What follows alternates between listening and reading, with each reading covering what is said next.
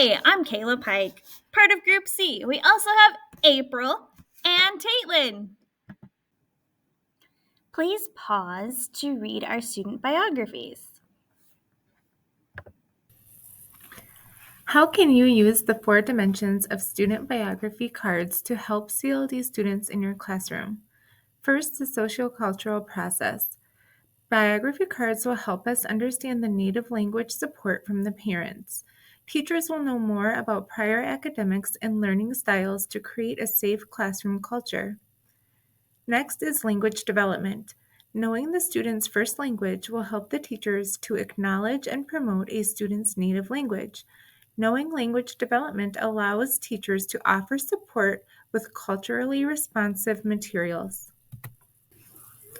Academic development. Knowing more about our CLD students and their backgrounds will allow teachers to find materials that will connect with the real world. This will promote engagement, connection, and motivation. Understanding our students will also allow teachers to create realistic academic expectations for them. And lastly, cognitive development. Knowing more about how our CLD students process information, their attitudes towards learning, and favorable learning conditions will allow teachers to provide instruction to develop higher level thinking skills. This will increase the students' ownership towards their own learning. Engage question number 1. Discuss why school educators who are charged with the responsibility of educating CLD students often focused almost exclusively on the linguistic dimension of the student biography. Our textbook tells us that education for English learners tend to focus on the issues that pertain to linguistic dimension, and this might be why. There might be a desire for language proficiency since language is the fundamental tool for communication and learning.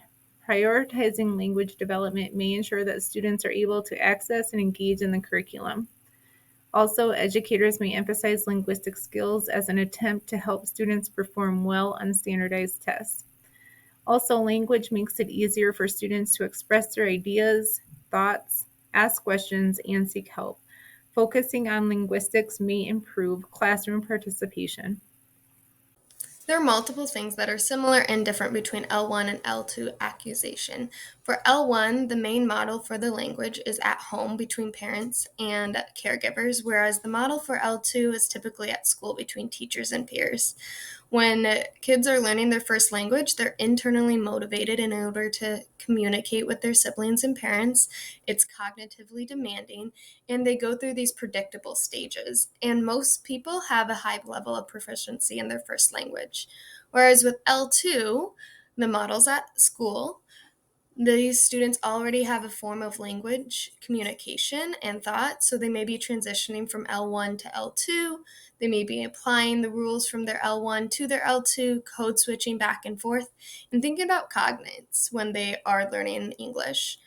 These two accusations compare because they both overgeneralize.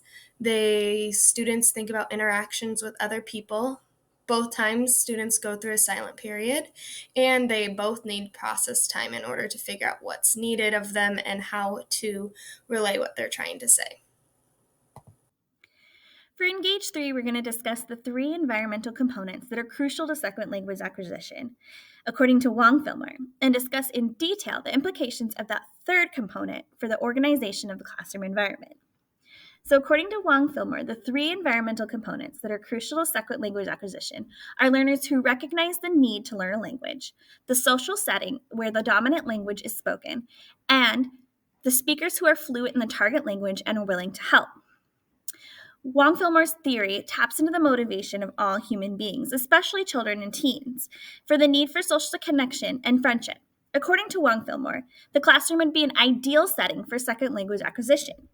A teacher could capitalize on this by utilizing small groups for work and pairing students with similar English levels and dominant language knowledge.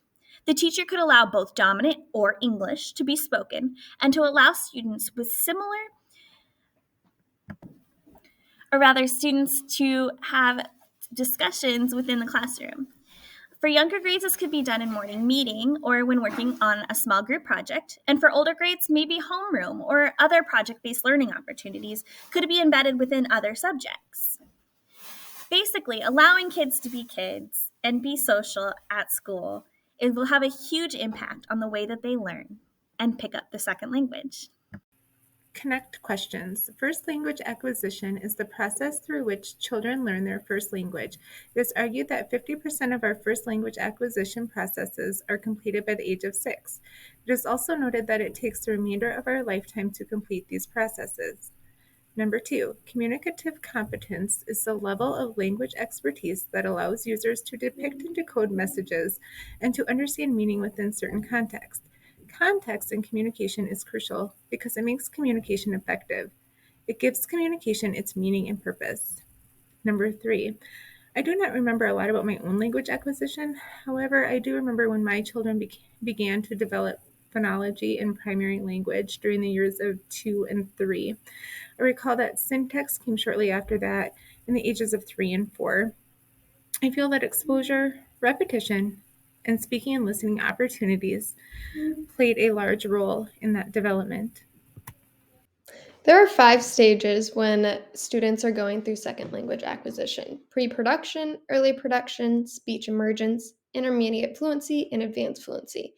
I believe pre production is the most difficult for teachers in a gen ed setting because students really understand very minimal English, and that can be difficult when you're trying to teach a lesson to lots of English learners who may have different L1s.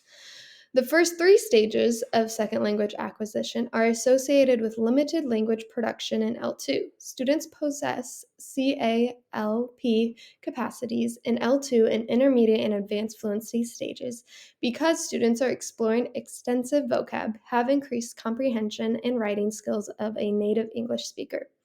When you understand the semantics of language, you understand the meaning of language in the given context.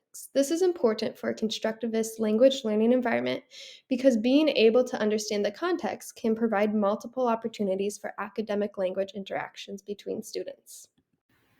The next 2 questions have to do with when a CLD student is schooled only in their second language.